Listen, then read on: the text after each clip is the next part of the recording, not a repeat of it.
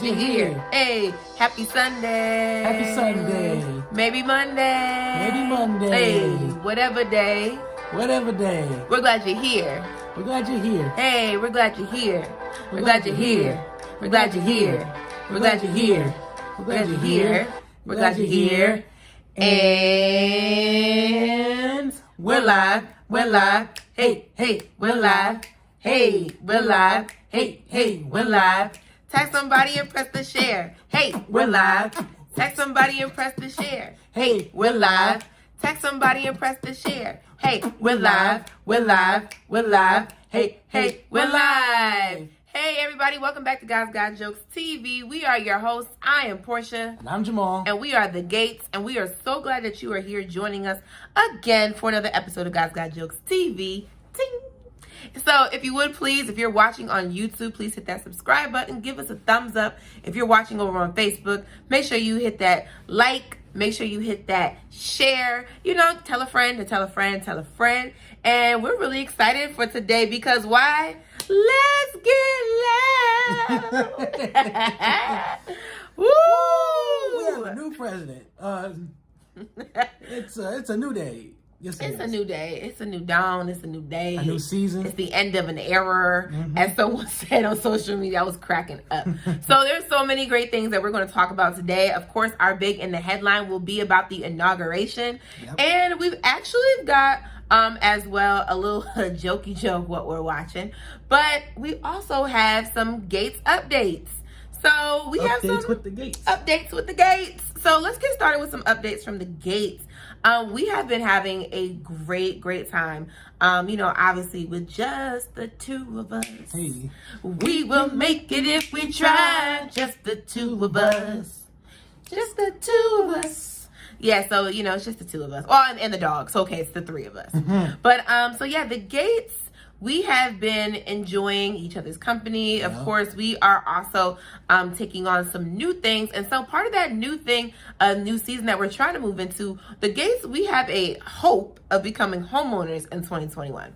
So we actually did a home buyers workshop. Yeah. Child, it was 44 hours long, okay? Long, child. It was long. So we had a very long home buyers workshop, but I tell you, we learned so much. We did. We learned so much. What do you want to talk? Lots of information was given out. If you ever have an opportunity to attend any type of home buyers workshop, please attend that thing before you just try to jump in and be a first-time home buyer.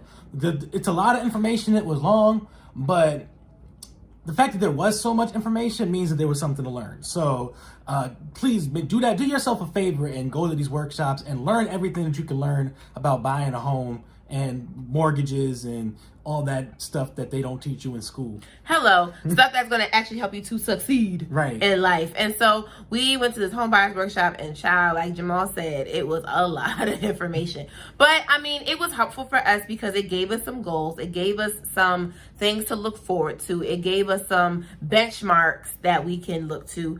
And the best part, you know, we're actually looking to relocate. Where to? Well, you'll find out one day on God's Got Jokes TV. You will hear it, and we will announce it one day.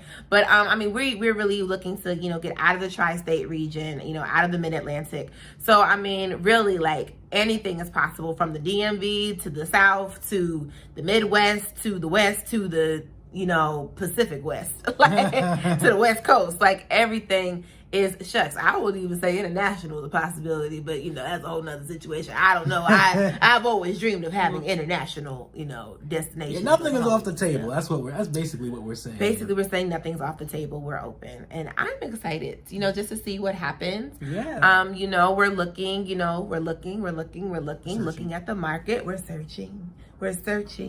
We're always searching. And if you keep on watching God's Got Jokes TV, hey, you'll hear it here first. You'll never be the worst. You'll hear it on time, straight from the Gates.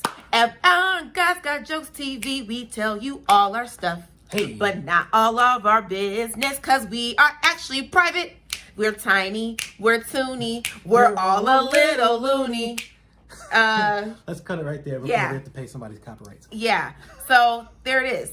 So, you know, we're the gates. We're moving to estates. Hey! You like it?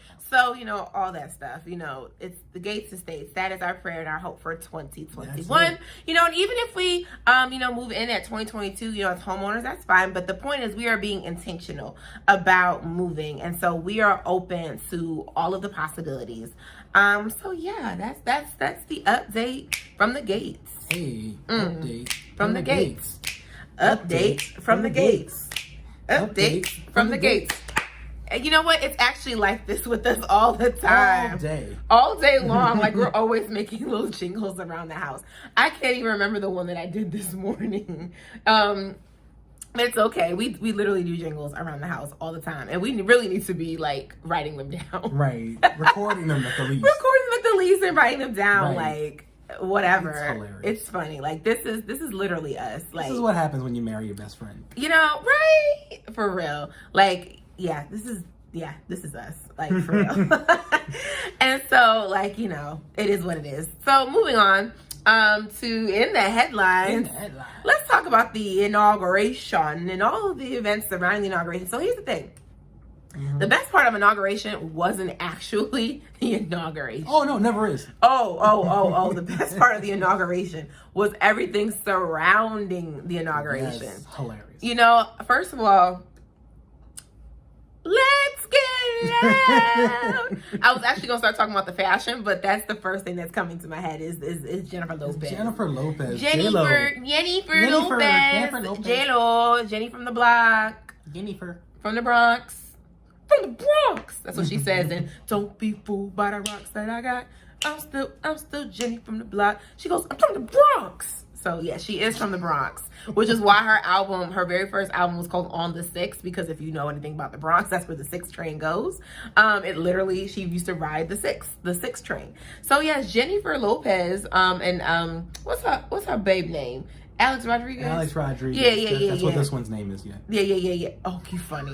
Alex Rodriguez was right there next to the Obamas. I said, Alex Rodriguez sitting next to the Obamas. And I thought about myself, it's right, J-Lo singing. And I almost like low-key was just like, whoa, why? Yeah, that's the confusing part. Like, you know, usually at an inauguration, you call somebody who's like known for like grandstanding vocals. Like, you think, like, there's like Aretha, Beyonce, J-Lo. It's like, wait a minute. And let me tell you something, she actually did really well. Yeah. She did well. And she looked amazing. Impressed. I was so impressed. She did America Beautiful and This Land Is Your Land. And then Let's Get Loud. Yeah, and she was actually speaking in Spanish. You know, a lot of church folk was like, yeah, she's speaking in tongues at the inauguration. Like, no, that's her language. She spoke in Spanish. It was a tongue, but not strange tongues. Yeah, she was in, you know, or holy tongues. Yeah, she was actually speaking in Spanish. She said, you know, one nation under God, indivisible, with liberty and justice for all. That's what she said. So people were like, what did she say? I was like, she actually quoted the Pledge of Allegiance. You know, and so I enjoyed her. You know, Lady Gaga sung the national anthem. Yeah. Lady Gaga looked amazing. She did. In wonderful Gaga fashion. She had like this huge thing on her shirt. Brooch. Yeah. It looked like the Hunger Games symbol. Like, it was like a seagull or something. I just thought I was like, oh, it's the Hunger Games. Like, no, it's the inauguration. Felt like the Hunger Games. Yeah. So threw me through a loop for a second. I was like, where are we? Yeah, listen, she did a good job. You know, there was just so many cool moments, right? So I want to get into this fashion. First of all, Dr. Jill Biden looked amazing. Yes. You know, she looked good. But you know who looked fantastic, terrific? Tell me.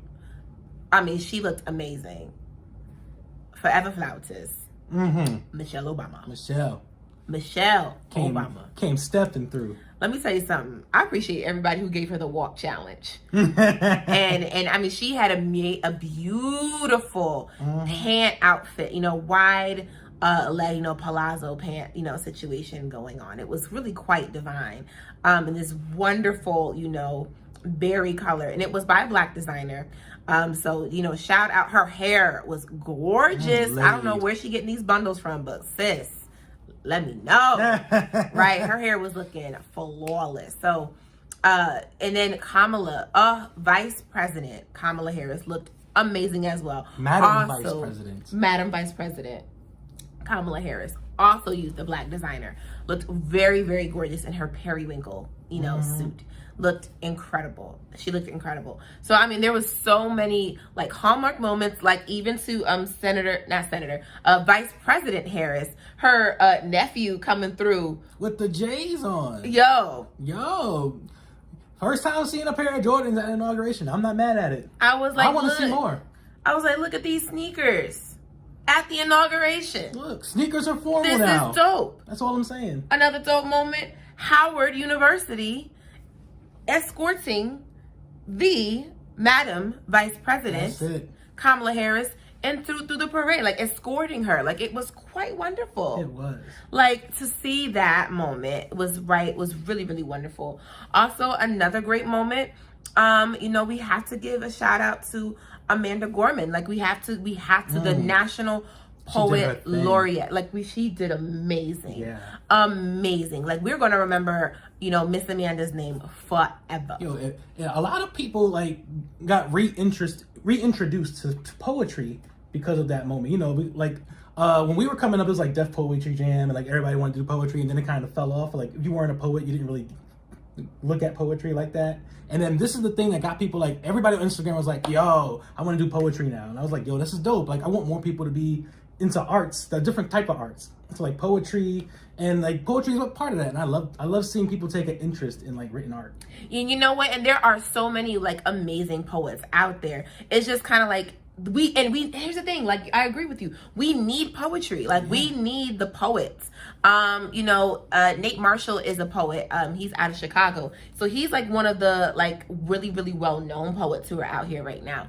And I'm just thinking about, where does the poetry lie in the movement? Where does poetry lie in this current day and age? Like, we're seeing the writers write, right? Mm-hmm. But specifically, we've been seeing the filmmakers, we've been seeing the novelists, we have been seeing playwrights, we have been seeing telewriters. We have been seeing those writers emerge, and comedians, right? We've been seeing the comedians emerge. But what about the poets? Yeah. There's something there. We've been seeing we need to see more visibility of the poets. In the mainstream. Because they're here. They never left. That's it. They never left. They still here. That's it. I want to see more poets in the mainstream. Yeah. You know what I mean? And so I think you make an excellent point. And Amanda did such a wonderful job of just doing the work of the prophetic work, of helping us to not just be like, bashing where we are as a nation, but just like seeing where we are, assessing the situation, giving us hope for a future while still seeing the beauty in the right now. Yeah. Right. And I think that is something that was powerful about her moment. And I think it was absolutely incredible. And considering where the country is, it's absolutely necessary. You know what I mean? Like, it's just to say like, this is where we could be. Like, stop looking at like the tensions of right now. Like, let's look forward to the future. Like, that's something a direction the country needed to have, especially as we transition. And it's also not to say that the right now is beyond critique, right? We absolutely need to critique, but how are we critiquing? Are we critiquing, with criticism that's like active, or is it passive, right? Like, what is the tone of your criticism of the right now? Is it active to help us build, or is it like passive to where it's just kind of like you're just making remarks, but like there's no meat, there's no weight to it, right? I think we need to be critical of the times, but yet having some weight to it, right? So for instance, I've made this point before, right, about the ticket, right? We all know that it is what it is, right? We know that we got to get back to work, right? Yes, feel the weight being lifted of knowing that we went through so much trauma these last 4 years with that other dude. Like, we really got to process the trauma of that. And yet also understanding that we not out the thick of it yet, right? Like, this was not a white savior situation, right? No. They're not saving. Like, this administration is not saving us, right? We, the people, have a responsibility to hold Washington accountable. Accountability is the name of the game. And so I appreciate President Biden wanting to reach across the aisle to unite the country, because I absolutely think that this is what the country needs. We needed someone to help bring us together. We needed that. And we also need to undo some of the evils that came into play. Now, this is what I will say. Okay. For a case in point. Everybody was like, oh, Joe Biden's gonna, President Biden is going to erase student loans. I said, as much as we hope he does, that's not what happened. Let me tell you something. He extended student loans, the pause, until September 30th. I said, see. Look. That's not canceling. That's extending the pause. Because, remember, I had said this on social media, America is invested in money and capitalism. Capitalism is the name of the game in America. So just right there, that's the difference between liberation and just living in the current moment. The current moment says, let's just extend it, see where it goes, right? Maybe we can just get to a place where people can go back to paying their loans. Liberation and transformation is saying, actually, student debt is actually a new way of, and I am quoting, paraphrasing Otis Moss Jr. when I say that the student loan system is a new way of slavery in this country. Yeah. In this country. Or is that James Forbes? Either James Forbes or Otis Moss Jr. said it. I think it was Otis Moss Jr. I think I heard him say it at the Samuel DeWitt Proctor CDF conference that happened at the Haley Farm. I'm pretty sure it's in my notes, but it's one of them. One of them said it. Actually, I might have heard both of them say it, because I feel like I heard James Forbes say it back when I was a student at Yale, when we were having a private roundtable conversation with him, lunch at Yale Black Seminary. So I might have heard it from both of them, but in two different occasions. But the point that I am making is that in order for us to move forward as a nation that helps people to be liberated and not continuously oppressed, student loans is another way of oppression. You are literally oppressing an entire generation of people by keeping us in bondage to paying a debt for education. Our education came with a price. And so the extension to me says that capitalism is still a priority. It's relief. It's like taking medication. It relieves, but maybe it doesn't necessarily heal. It's a relief, not a healing. We need healing. If we're really going to move forward, we need healing. So that's what I have to say about that. So that's that on that. Like I said what I said, right? Period. So I just say we got to keep watch. Keeping watch, right? Yes, celebrate, enjoy the moment, feel and process all that we just went through, and then yet stay vigilant. That's what my best friend Liz said. She said, she said, stay vigilant, right? We need to stay vigilant. Yeah. So, shout out to Reverend Elizabeth Colby Pollard. Yes, shout out to the Reverend Elizabeth. So, yes. So I say that to say, we've got to, that's just what we got to do. Yeah. And like you said, watch and pray. Like you said, it's not respectability politics, it's accountability politics. And listen, and we can talk about respectability politics all day, but yeah, go finish what you're saying. But yeah, holding our officials, our elected officials accountable doesn't take away from our ability to enjoy the moment of transition. Like so you can be happy and say, look, I'm happy that we have a new leader in office, but also I'm going to keep him accountable because I'm happy he's in office. Hello. And that's it. You pay attention to your local officials, who's running in your neighborhoods. In the midterm elections, make sure you vote for those people too. That's part of being accountable. Hello. Midterms. Vote. Know who's in charge of what. The president ain't in charge of everything. You know what I mean?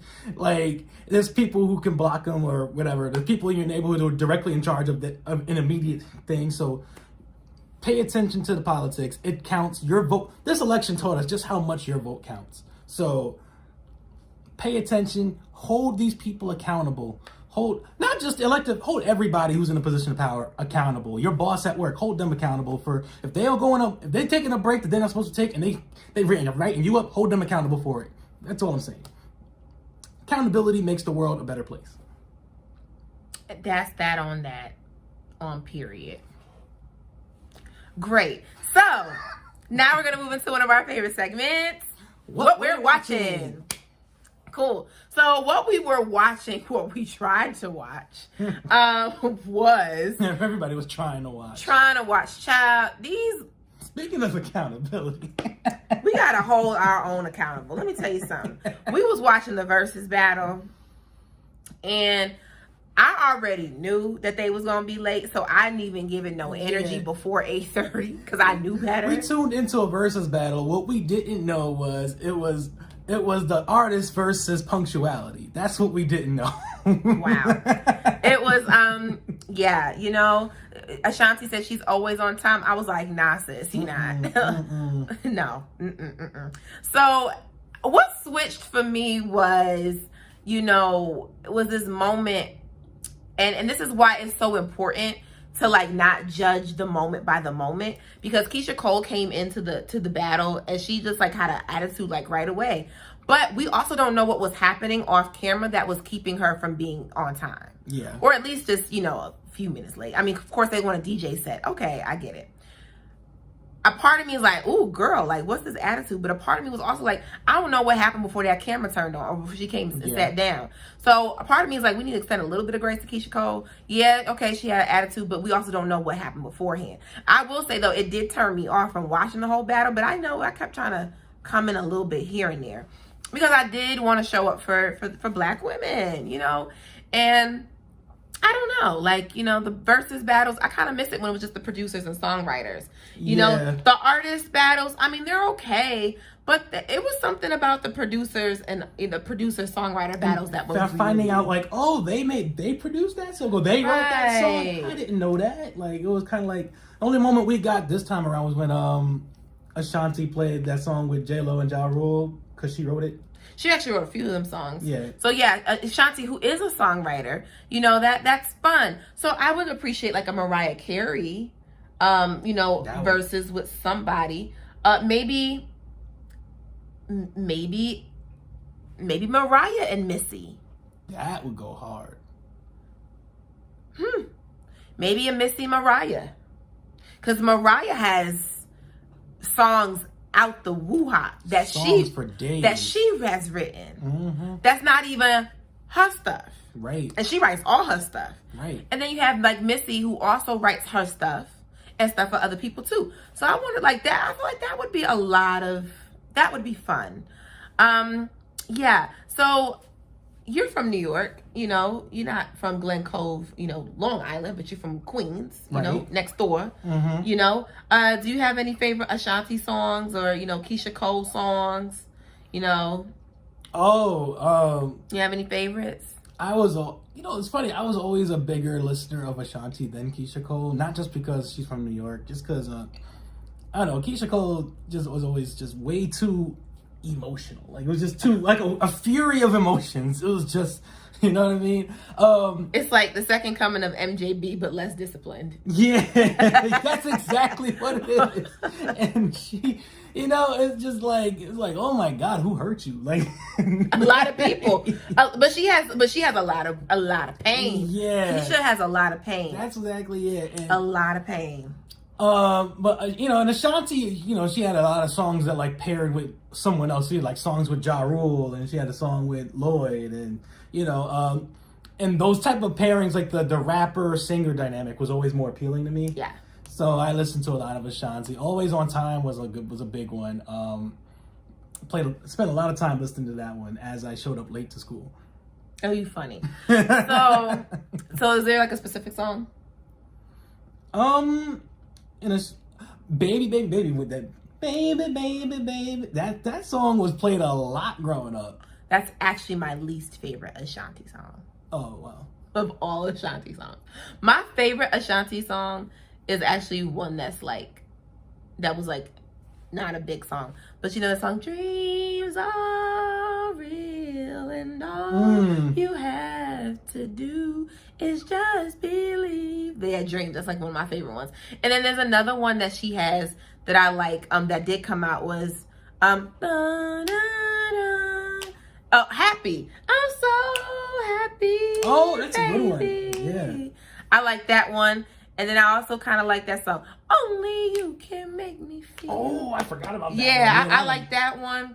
I actually really don't like the first one. See, my days are cool without you. Yeah, I actually don't like that song. That song is a classic. She won me over with Happy. I was like, okay. And I like Always on Time that she sings. But that's on brand with you, though. What? Because just for those who don't know, Portia rarely likes a song an artist released, but she'll listen to the album and find the song that gets overlooked, and that ends up being her favorite song on the album. Yeah, that's true. That's true.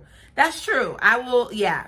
I give artists the benefit of listening to their album, because there might be a song that wasn't released to the mainstream that I'm like, actually, I really like So for you to song. like the Ashanti song that wasn't like a mainstream release makes perfect sense to me. Yeah. I'm that way with most artists. I like the songs that you probably don't hear on your radio, but are available on. So if you're an artist and you release an album, she will not only will she listen to the whole album for you, but she'll let you know which one is her true favorite. Yeah. So that's pretty much our show. I do want to say as well, check out those Bernie memes, because those Bernie memes, whenever you need a laugh, and you want to let's get loud, just look over to a Bernie meme, because the Bernie memes are hilarious. Yes, hilarious. Brings me lots of joy, and that's what we need, more joy in this world. So find your joy. Find your joy. All right, y'all. Catch y'all next week. Remember to comment, rate, subscribe, follow us over at Guys Got Jokes TV on Instagram. You can email us at guysgotjokestv@gmail.com. You can just, hit us up. I'm at Portionality. And I'm at Jamal Rich Comedy. We appreciate y'all. We love y'all. And we're going to see y'all on next time. Peace.